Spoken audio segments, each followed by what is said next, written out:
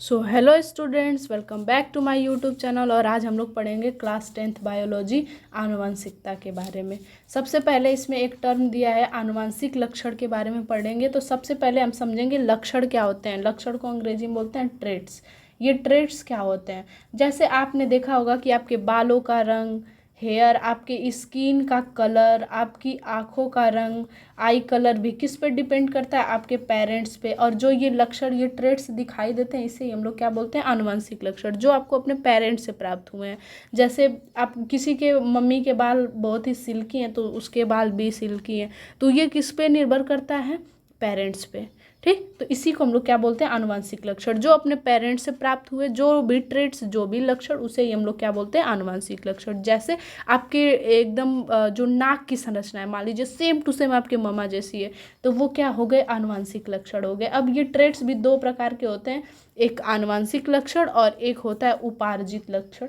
इसके बारे में कभी कभी एग्जाम में पूछ दिया जाता है, तो बस आप इसको थोड़ा सा दिमाग में रखेंगे कि ये भी एक टॉपिक है, या इसे भी मतलब एग्जाम में आ सकते हैं क्वेश्चन। तो उपार्जित लक्षण इसे कहते हैं जैसे हम बाहरी वातावरण से या अपनी बॉडी में कुछ ऐसी संरचना का विकास करें। जैसे मान लीजिए आपने कान छेदवाया, पियर्सिंग करवाई आपने, आप कान में बालियां पहनते हैं, तो अब ये तो वंशागत तो है नहीं, ये तो आपने खुद से उपार्जित करा हुआ, एक्वायर किया हुआ। जैसे आपने मसल्स गेन करे, बहुत ज़्यादा वर्कआउट किया और क्या किया, मसल्स गेन किया, तो ये सब क्या होते हैं, उपार्जित लक्षण। ये जो लक्षण है आपके जो आने वाली संतान है या पीढ़ी है उसमें बिल्कुल भी ट्रांसफ़र नहीं होंगे, तो ये वंशागत लक्षण नहीं है, ये पीढ़ी पीढ़ी चलने वाले लक्षण नहीं है। और ये पीढ़ी से पीढ़ी चलने वाले लक्षण हैं, traits, hair, skin, eye colour और भी बहुत सारी चीज़ें। ठीक, तो परिभाषा पे चलते हैं। आनुवंशिक लक्षण वे लक्षण जो एक पीढ़ी से दूसरी पीढ़ी में अथवा माता पिता से संतानों में जाते हैं, आनुवंशिक लक्षण कहलाते हैं। अभी मैंने बताया एक पीढ़ी से दूसरी पीढ़ी में या फिर अपने पेरेंट्स से संतानों में जाते हैं, तो उसे क्या कहते हैं, आनुवंशिक लक्षण कहते हैं। तथा इनके स्थानांतरित होने की प्रक्रिया वंशागति कहलाती है, हेरेडिटी कहलाती है। आनुवंशिकता इसी को बोलते हैं। जो ये एक पीढ़ी से दूसरी पीढ़ी में ये जो चक्र चल रहा है, इसी को क्या बोलते हैं हम लोग, हेरेडिटी या वंशागति कहते हैं।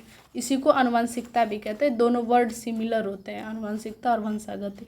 अब हम लोग पढ़ने वाले विभिन्नता। विभिन्नता क्या होता है, वेरिएशन। अच्छा, आपने देखा होगा कि आपकी आँखें, नाक, बाल, बहुत सारी चीज़ें अपने पेरेंट्स से मिल रही है, लेकिन आप हूबहू अपने माता पिता के नकल नहीं है।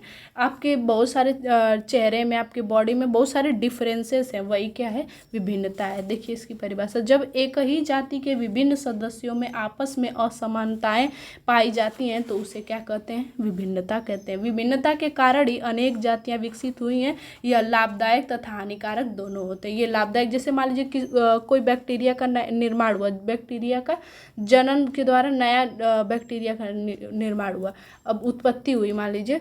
अब कोई बैक्टीरिया है जो कुछ ऐसा डिजीज़ उत्पन्न कर रही है जो बहुत ही खतरनाक है, तो वो हानिकारक हो गया वेरिएशन के थ्रू। अब कोई बैक्टीरिया है जो बहुत ही मान लीजिए एक्सट्रीम वेदर में, एक्सट्रीम टेम्परेचर में भी खुद को सर्वाइव कर रहा है, तो वो उस बैक्टीरिया के लिए क्या है, बहुत ही मतलब लाभदायक है, सही है। ठीक, विभिन्नता के प्रकार ये दो प्रकार के होते हैं, कायिक और जननिक। जैसे लक्षण भी दो प्रकार का मैंने बताया ना, एक उपार्जित था, एक आनुवंशिक था। उपार्जित जो शरीर में होने वाली, जो खुद से कराया जाता है, और जननिक क्या बताया था मैंने, कि जो या फिर आनुवंशिक लक्षण जो पेरेंट्स से प्राप्त होते हैं। ये भी ऐसे ही है विभिन्नता भी, कि जैसे कायिक विभिन्नता जो हमारे बॉडी में हमारे आसपास के टेम्परेचर की वजह से आता है, हमारे जन्म के बाद ये परिवर्तन होते हैं। हमारे वातावरणीय कारक जैसे प्रकाश, जल, वायु, ताप, भोजन, इन पर निर्भर करते हैं, तो इसे हम लोग क्या बोलते हैं, कायिक विभिन्नता बोलते हैं। लेकिन जननिक विभिन्नता क्या है, जो हमें हमारे पेरेंट्स से प्राप्त होते हैं, इसे क्या कहते हैं हम लोग, जननिक विभिन्नता। जैसे मान लीजिए यह विभिन्नता आनुवंशिक होती है, जिसमें जनन कोशिकाओं में परिवर्तन होने से लक्षण दिखाई देते हैं, जिसे उत्परिवर्तन कहते हैं। एक और ये वर्ड आता है उत्परिवर्तन, एक नंबर में पूछा जा सकता है कि उत्परिवर्तन किसे कहते हैं। तो यह विभिन्न आनुवंशिक यह विभिन्नता आनुवंशिक होती है जिसमें जनन कोशिकाओं में परिवर्तित होने से। तो इसको क्या लिखेंगे कि जनन कोशिकाओं में परिवर्तन होने से नए लक्षण दिखाई देते हैं, उसे क्या कहते हैं, उत्परिवर्तन कहते हैं। अब यह क्रिया किस में होगी, गुणसूत्रों में। सबको पता है कि गुणसूत्र किससे बने होते हैं, डीएनए से, और डीएनए पे क्या होते हैं, जीन होते हैं, जो क्या करते हैं ट्रेट्स को या लक्षण को एक पीढ़ी से दूसरे पीढ़ी में ट्रांसफर करते हैं। ठीक, तो जननिक विभिन्नता आपको समझ में आ गया होगा कि जनन कोशिकाओं में कुछ भी परिवर्तन होगा वो क्या कहलाएगा, जननिक विभिन्नता। ठीक, विभिन्नता का महत्व क्या है, तो इसके बहुत सारे महत्व हैं। जैसे एक महत्व तो यही है कि विभिन्नता के कारण ही किसी भी परिस्थिति में जीव के अंदर क्या आ जाती है, अनुकूलन की क्षमता। अनुकूलन का मतलब होता है एडेप्टेशन, खुद को उस वातावरण के अनुसार, उस तापमान के अनुसार ढाल लेना ही क्या कहलाता है, अनुकूलन। तो जीवों में क्या विकसित होती है, अनुकूलन की क्षमता विकसित होती है वेरिएशन के थ्रू ही। विभिन्नता को ही वेरिएशन कहते हैं। विभिन्नता जैव विकास और आनुवंशिकी का निर्धारण करती है। विभिन्नता जैव विकास और आनुवंशिकी का निर्धारण करती है। जैव विकास का किस तरह, जीवों में विकास, जीवों के शारीरिक प्रक्रिया में हमेशा विकास होता रहता है, तो इसमें भी वेरिएशन बहुत महत्वपूर्ण रोल निभाता है। ठीक, अब हम लोग पढ़ने वाले मेंडलवाद। वाद का मतलब होता है विचार, सिद्धांत। तो मेंडल ने कुछ सिद्धांत दिए अपने प्रयोग के आधार पर। मेंडल है कौन, तो इनका पूरा नाम है ग्रेगर जॉन मेंडल, जिन्हें क्या कहते हैं हम लोग, आनुवंशिकी का जनक। ये भी 1 नंबर में क्वेश्चन पूछा जाता है कि आनुवंशिकी के फादर कौन है, तो मेंडल।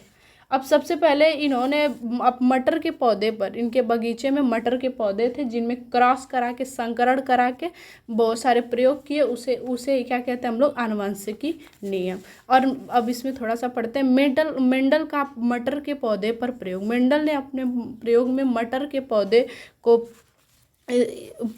को इसलिए चुना कि इसमें 7 तुलनात्मक लक्षण पाए जाते थे। कितने, 7 तुलनात्मक। जैसे ये सवाल पूछा जा सकता है कि मेंडल ने मटर के पौधे चुना तो उसमें कितने तुलनात्मक लक्षण थे, तो कुल कितने तुलनात्मक लक्षण थे, 7। जैसे बीज की आकृति, कुछ मटर के पौधों की आकृति कैसी थी, गोल, कुछ की झुर्रीदार। बीज का रंग पीला हरा, पुष्प का रंग लाल सफ़ेद। ये आपने देखे होंगे कि मटर के पौधे में कुछ के पुष्प लाल होते हैं, कुछ के सफ़ेद होते हैं।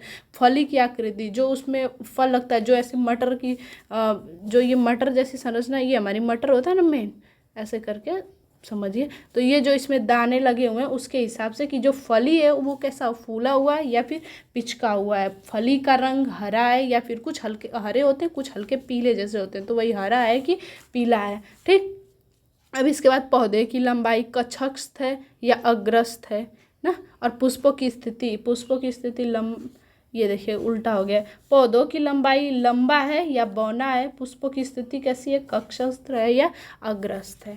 ठीक, अब इससे सवाल ये भी पूछा जा सकता है कि मटर के पौधों को ही क्यों चुना मेंडल ने, और भी पौधे कोई चुन सकते थे। तो इसके 2 रीजन है। एक तो पहले ये हर मौसम में अवेलेबल है, जैसे अक्सर ये बहुत ही कम समय में उग जाते हैं। देखिए इसको पढ़ते हैं। मटर के पौधे का चुनाव इसलिए किया था क्योंकि क्रॉस कराने पर उसके परिणाम कुछ ही समय में दिखाई देने लगते हैं। सबको पता है कि मटर 1-2 महीने में ग्रो कर जाता है, और तो इसीलिए क्रॉस कराने पर अगर कोई भी नया परिणाम मिल रहा है तो वो जल्दी ही दिख जाता था, इसलिए इन्होंने, और ये आसानी से कहीं भी उगाया जा सकता है, तो इसलिए इसके 2 कारण हैं जो आपको याद रखने हैं। ठीक, क्योंकि ये बहुत कम समय में उग जाते हैं और कहीं भी आसानी से उगाए जा सकते हैं।